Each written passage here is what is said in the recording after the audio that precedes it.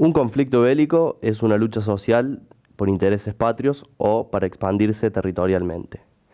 Bienvenidos, esto es Malvinas, la otra mirada. Si quieren venir, que vengan, les presentaremos batalla. Comunicado de la Junta ¿Qué Militar. has hecho con tu hijo?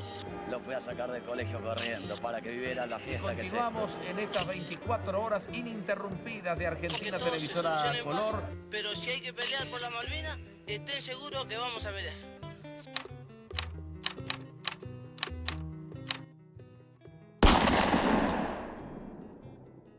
...2 de abril de 1982, una fecha que quedará marcada en la historia por el inicio de la Guerra de Malvinas. Pero allí comenzó el conflicto.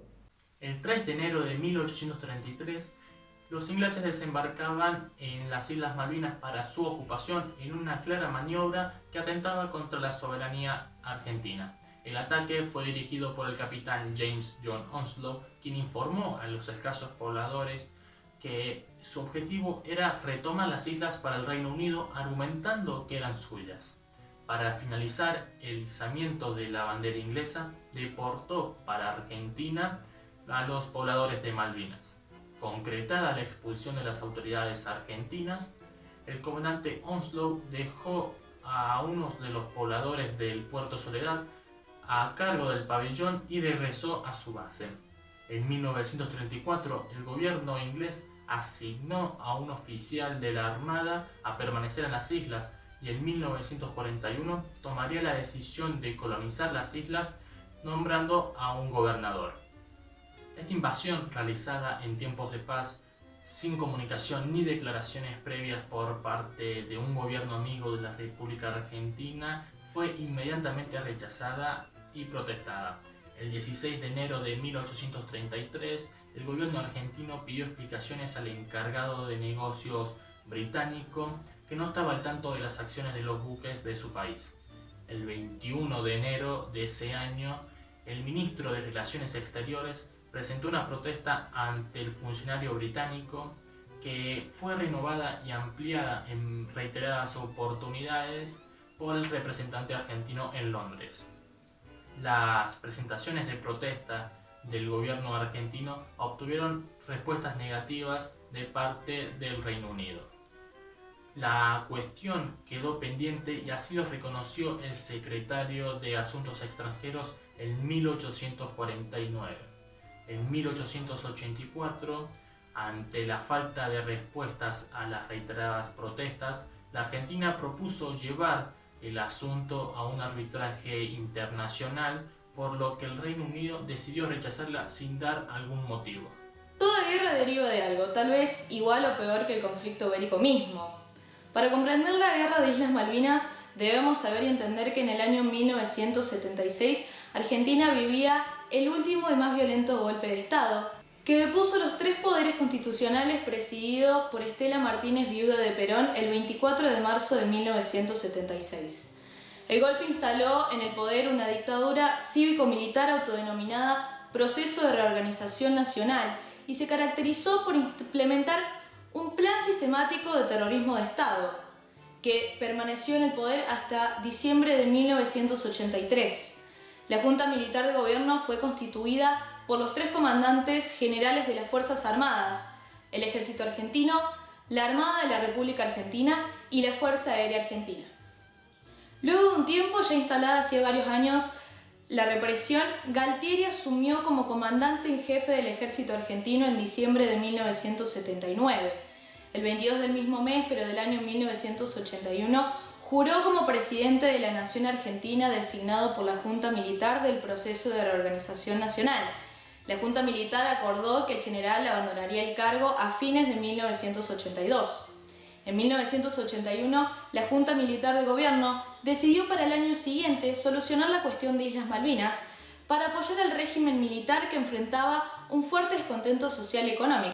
En el contexto de preguerra, Argentina y su dictadura sufrían un declive en el apoyo social, además de una fuerte crisis económica. Del otro lado, en el Reino Unido, pasaba exactamente lo mismo. En el año 1979, Margaret Hilda Roberts, mejor conocida como Margaret Thatcher, ganó sus primeras elecciones generales como líder de la oposición y se convirtió en primera ministra del Reino Unido.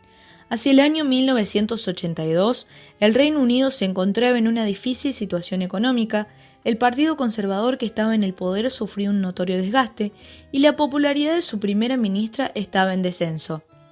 Finalmente, el 2 de abril de 1982, la junta militar que gobernaba Argentina ordenó la ocupación de los territorios en disputa administrados por el Reino Unido de las Islas Malvinas, por lo que Thatcher declaró que no renunciaría a la soberanía de las islas y al mando de operaciones ordenó el bombardeo de un navío argentino, siendo este el primer hito y uno de los más sonados de su mandato.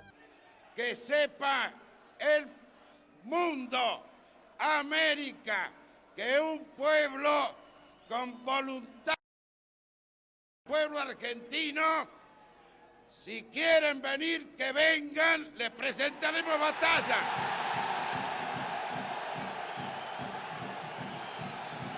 2 de abril, Buenos Aires, Argentina. La dictadura cívico-militar inició el desembarco de tropas en las Islas Malvinas, mientras que Londres respondió anunciando que mandaría fuerzas. Galtieri, presidente argentino de facto, informó al pueblo la recuperación de las Malvinas. Con este simbolismo de soberanía nacional, que fue apoyado por un importante sector de la población, la dictadura intentaba ocultar la gravísima situación social, política y económica a la que había conducido su gobierno. El suceso histórico fue anunciado por el general Leopoldo Fortunato Galtieri en Plaza de Mayo. Durante el año 81 hasta noviembre estuve en el servicio militar y luego recibí la baja, por lo que el 2 de abril me encontró ya en mis tareas habituales en mi casa, desarrollando mi actividad que era jugar al fútbol. Lo de Malvinas, lo del 2 de abril me tomó bastante de sorpresa. Le dejé pasar unos días y todo estaba ok, hasta que el día 6 o 7 recibí un telegrama del regimiento comunicándome que me debía presentar para alistarme nuevamente. Yo estuve todo el año 81 haciendo el servicio militar en el Regimiento 8 de Infantería en Comodoro Rivadavia.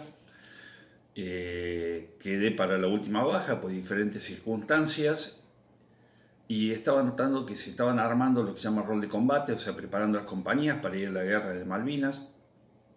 Y nosotros veíamos que había chicos nuevos, porque los que estaban llegando son chicos clase 63, nosotros somos de la clase 61, 62, que estábamos allí, y a nosotros muchos nos estaban dejando ahí. En ese momento me sorprendí, como todos los argentinos, el 2 de abril, con la recuperación de la soberanía. Por supuesto que tenía en ese momento muchos deseos de ir, y el 7 de abril, 5 días después, me enteré que iba a ir.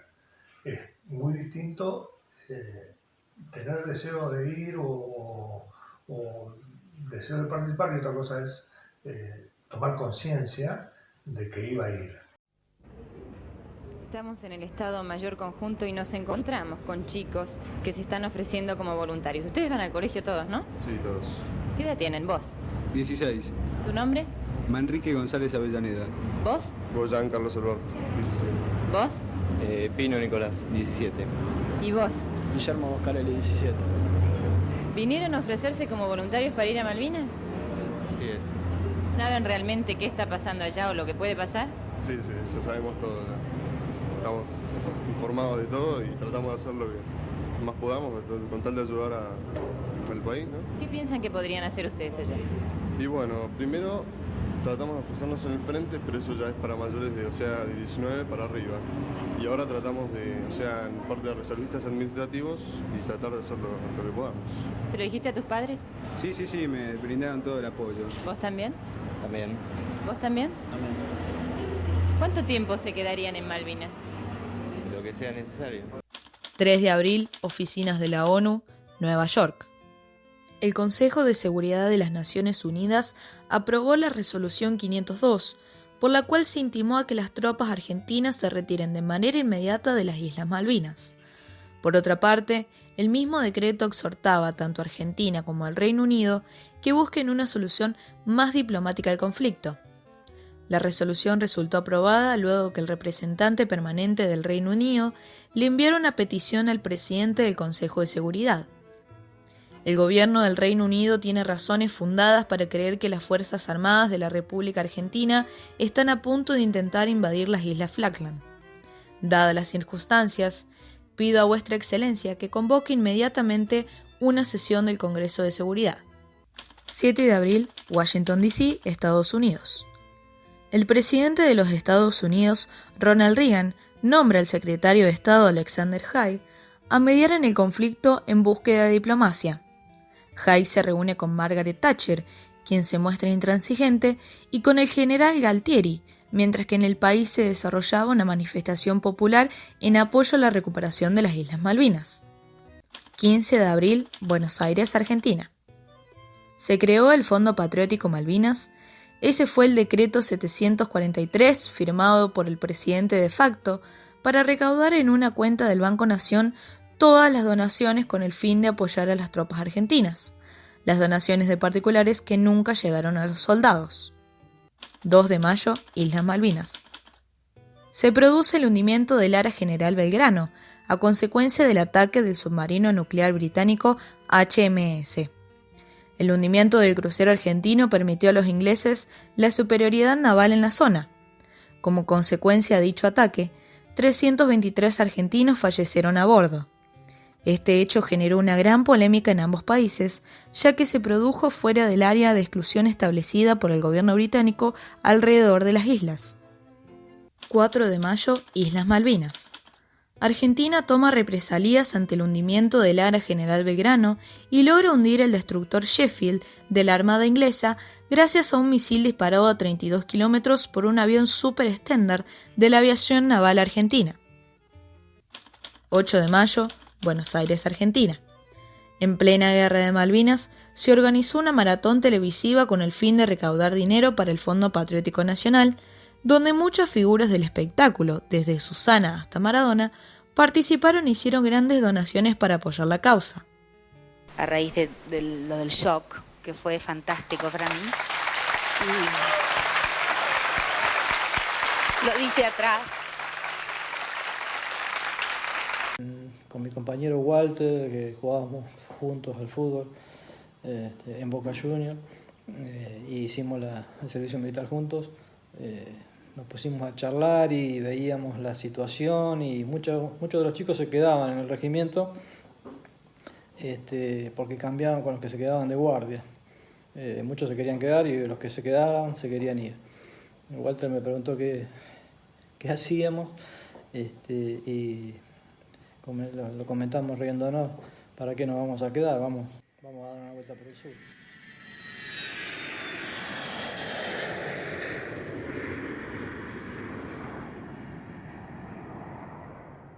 Estudia lo que amás, el corazón manda.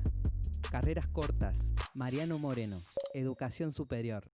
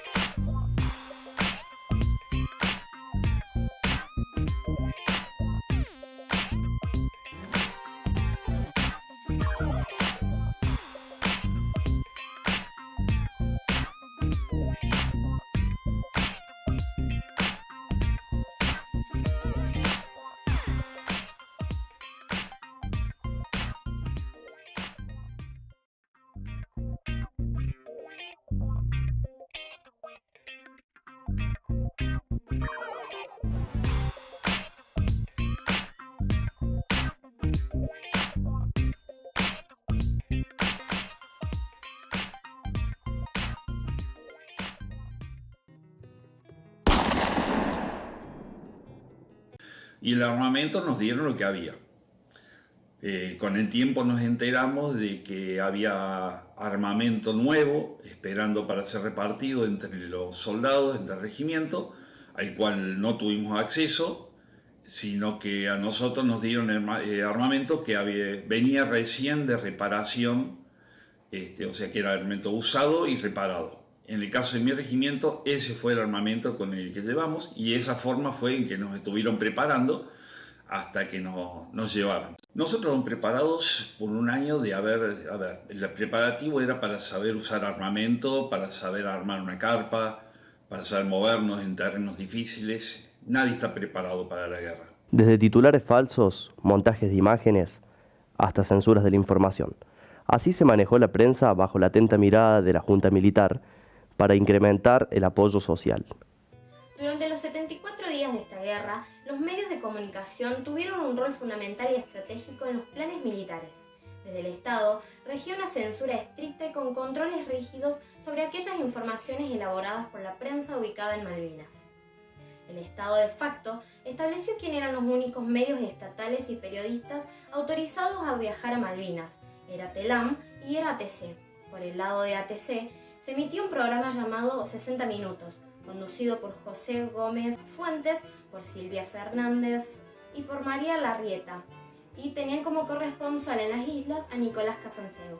Aquel 2 de abril se emitió el desembarco de las tropas argentinas y se realizó una entrevista al ministro de Relaciones Exteriores Nicanor Menéndez, que hablaba de una recuperación de las islas de manera pacífica. General Menéndez, en las últimas horas medios de prensa internacional han afirmado lisa y llanamente que los ingleses ya habrían desembarcado en las Malvinas. ¿Esto es así? Bueno, yo no se lo puedo descartar totalmente porque sin con eso darle una idea del dispositivo que nosotros tenemos en las Malvinas, estas islas tienen costas tremendamente extensas. Usted que las está viviendo, las islas, y que más o menos las ha podido recorrer un poco, saben que en su enorme superficie y en el desarrollo de sus costas puede haber algún lugar donde efectivos menores pudieran haber intentado o pudieran haber iniciado alguna acción. Yo le diría que de acuerdo a la doctrina con la cual se mueven los ingleses, esto podría ser factible. Lo que le puedo garantizar es que esa acción no está en nuestro conocimiento y nosotros desarrollamos una acción muy intensa, para controlar todos los lugares de interés de estas islas y desde ese punto de vista yo le puedo afirmar que esto, hasta donde alcanza nuestro conocimiento, no es cierto. Por el lado de TELAM, Diego Pérez Andrade trabajaba como periodista del canal, que viajó a las Islas Malvinas para cubrir la guerra, pero nunca recibió su credencial de corresponsal. Este mismo, tiempo después, habló de las actividades de la prensa y explicó que los gobiernos militares recibían todos los cables que se mandaban, lo transmitían al Estado y estos mismos no los subían. Solamente se publicaban algunos comunicados muy escuetos. Tenían prohibido hablar de las bajas argentinas, debían esconderse, y tenían prohibido hablar sobre las cifras y datos exactos sobre las operaciones que se realizaban. Este mismo también aseveró de la censura que se realizaba tanto en las islas como en el continente. Estamos ganando, seguimos ganando. Vimos a los ingleses rendirse. Eran algunos de los títulos de la revista Gente. 21 de mayo, Islas Malvinas. Las negociaciones de paz se hicieron imposibles, ya que las hostilidades continuaron. 5 batallones británicos realizaron un desembarco en la bahía de San Carlos. Por su parte, Argentina hundió la fragata Ardent y produjo averías en las fragatas Antrim, Argonaut, Brilliant y Broadsworth a través de un ataque aéreo. 12 de junio, Islas Malvinas. Se da lugar al enfrentamiento de argentinos e ingleses en la batalla de Monte Longdon, en las cercanías de Puerto Stanley, con un saldo de 50 soldados argentinos fallecidos y 23 ingleses. Estos logran apoderarse de los montes Harriet y Two Sisters, logrando penetrar las defensas argentinas. 13 de junio, Islas Malvinas. Los ingleses logran cercar la capital de las islas, dejando un saldo de 32 argentinos caídos y 9 británicos. 14 de junio, Islas Malvinas, 1 p.m. Ante la situación irreversible que se presenta y que no existía una justificación para derramar una gota más de sangre, el gobernador militar de las islas, Mario Benjamín Menéndez, acepta una reunión con el comandante de las fuerzas británicas, Jeremy Moore, a concretarse a las 16 horas para fijar las pautas del fin de la batalla y la rendición de las tropas argentinas. Si me preguntan qué pienso de la guerra, creo que todas las guerras son inútiles. O sea, muere gente que no sabes quiénes son. Si me preguntan si hoy volvería a ir a una guerra, y sé que una guerra es inútil, pero si fuera a pelear por mi país iría. O sea, no tengo ninguna duda. Muchos consideran que desde sus orígenes Almafuerte fue un pueblo con clara vocación cooperativa, y los hechos así lo confirman cuando la Cooperativa de Servicios Públicos Almafuerte Limitada fue la primera cooperativa eléctrica de la provincia de Córdoba. Fundada el 23 de junio de 1931, desde entonces acompaña el desarrollo de la ciudad y región. A lo largo del tiempo, los almafuertenses estuvimos unidos por un común denominador: trabajar realizando un esfuerzo compartido y aplicando el lema de la unión hace la fuerza. Prueba de esto es que en nuestra ciudad se conformaron otras cooperativas como UCOPGAS y Colsecor, además de otras instituciones con filosofía cooperativa que moldearon el perfil de infinidad de dirigentes. Todo surgió cuando un grupo de vecinos visionarios resolvieron, mediante la modalidad del asociativismo, brindar el servicio de energía eléctrica, iniciándose desde ese momento la creación de nuevos y mejores servicios para una comunidad en continuo crecimiento. Con claras decisiones y pasos firmes se fueron ampliando y mejorando los servicios, y hoy, 89 años después, seguimos progresando juntos, porque en Almafuerte somos 15.000 los que tiramos para el mismo lado.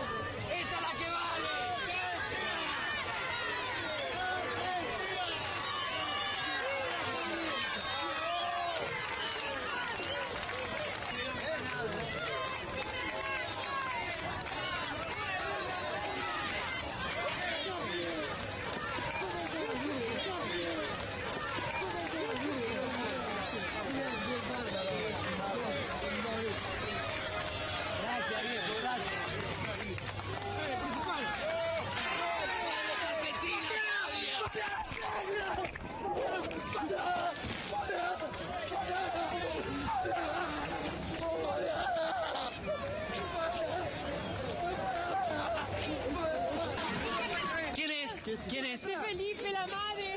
¿Usted es la madre? Sí. ¿Cómo te llamas? Me gustaría poder volver a Malvinas, creo que es un círculo que nunca cerró.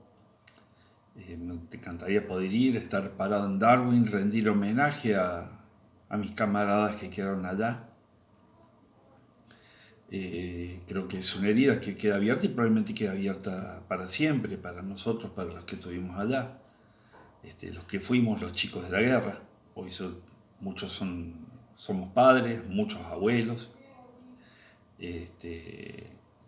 Entonces, creo que las guerras no sirven para nada. No sirven las guerras, son inútiles totalmente.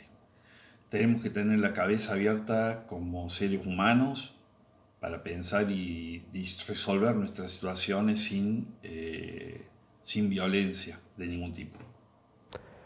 Como argentinos conocemos la importancia y la relevancia que despierta Malvinas. Sin embargo, en Gran Bretaña no tiene la misma relevancia. Acá el conflicto de Malvinas es mucho menos difundido que en Argentina. Puede uno encontrarse en la calle con una persona de acá, de europeo, no necesariamente inglés, de otros lugares. Saben que en Londres es bastante cosmopolita la ciudad. Entonces es muy poco mencionado el tema, no se habla demasiado. Tengo conocimiento por mi esposa, que es de acá de Inglaterra, es inglesa, que en la escuela no se menciona el tema. Un poquito, alguna mención se hace, pero no se lo desarrolla tanto. La única cosa que me puedo acordar en realidad son de niña, sabíamos lo que era, más o menos, y salía en la tele a veces un solo hombre, el héroe de las Malvinas, que se llama Simon Weston, pero de hecho tuve que buscar su nombre en internet, y cuando pones héroe Falklands Hero en la internet sale él. Él se quemó la cara estaba en un barco, creo, de municiones y que explotó, y era uno de los únicos sobrevivientes y se quemó toda la cara y bueno, tuvo muchas operaciones para ponerse la piel otra vez. Acá no hay ningún acto, no hay ninguna conmemoración, nada en realidad. Antes de hacer esta grabación hablé también con otra gente y acá la gente tiene que, si saben lo que es, tienen que ponerse a pensar bien para tratar de acordarse de algo. Uno se sorprendería a un argentino si viera cómo se lo entendiera acá. ¿Qué opinión tendría un inglés? Sí, porque es muy poco, casi puede uno hasta no encontrarse con alguien que ni siquiera conoce el tema. Yo, por lo menos, por ejemplo, he tenido la oportunidad de hablar con gente. Al contarle que yo soy argentino, ni siquiera saben qué idioma se habla en Argentina, algunos mayores, ¿no? ¿No es cierto? De mi edad. Así que acá en Inglaterra lo que sucede en Sudamérica es tiene poca repercusión. Y este tema de Malvinas es muy poco difundido, no tiene prácticamente. Como mencionamos anteriormente, la guerra no comenzó el 2 de abril, pero tampoco para Argentina terminó el 14 de junio de 1982. Algunos de los gobiernos democráticos se encargaron de proponer medidas para sustituir el dolor y el sentimiento de pérdida por uno de justicia y esperanza. El juicio a la Junta fue un proceso judicial que realizó la Justicia Civil en el año 1985 por el decreto número 158/83, sancionado por en ese entonces presidente de la Nación, Raúl Alfonsín, sobre los integrantes de las 3 primeras juntas militares del proceso de reorganización nacional luego de la Guerra de Malvinas, debido a las violaciones de los derechos humanos. Entre los 9 militares sometidos al juicio se encontraban Jorge Rafael Videla, Orlando Ramón Agosti, Emilio Eduardo Macera, Roberto Eduardo Viola y Leopoldo Fortunato Galtieri. Para ampliar un poco más la información de los temas desarrollados hasta ahora y para saber qué opina la gente, realizamos una encuesta a 120 personas donde los resultados fueron los siguientes. Para la primera pregunta, sobre si fue justa la decisión de ir a combatir las Islas Malvinas, el 10% de los encuestados contestó afirmativamente a esta pregunta, mientras el 82,5% de los votantes contestaron que no. Ante solamente un 7,5% de tal vez fue justo ir a la Guerra de Malvinas. Para la segunda pregunta, relacionada a la veracidad de las noticias que llegaban a Argentina, ninguno de los encuestados votó afirmativamente, ante el abrumador 81% de los negativos y solamente un 19% de los tal vez. Con todos estos datos, podemos ver que las personas desconfiaban de la veracidad de los hechos que llegaban a territorio nacional. La tercera pregunta hablaba sobre el reconocimiento que recibieron los soldados que fueron a las Islas Malvinas, y los resultados fueron los siguientes. El 9% de los encuestados contestó que sí, que los soldados fueron reconocidos de manera adecuada, ante un 79% de las personas que contestó que no, que los soldados no fueron reconocidos como se debía por su sacrificio y valor, ante solamente el 12% de los encuestados que votó que tal vez los soldados fueron bien reconocidos. La cuarta pregunta planteaba el interrogante de si Argentina podría llegar a un acuerdo desde la diplomacia, a lo que la gente contestó en un 28% afirmativamente, expresando el sentimiento de los argentinos de poder recuperar nuestras islas de una forma más diplomática, ante un 36% de los encuestados que votó negativamente por las restricciones que esta misma plantea, y de igual manera un 36% de las personas que votó tal vez la Argentina podría llegar a un acuerdo diplomático. La quinta y última pregunta estaba relacionada a saber qué conocimiento tienen y tenían las personas sobre la Guerra de Malvinas.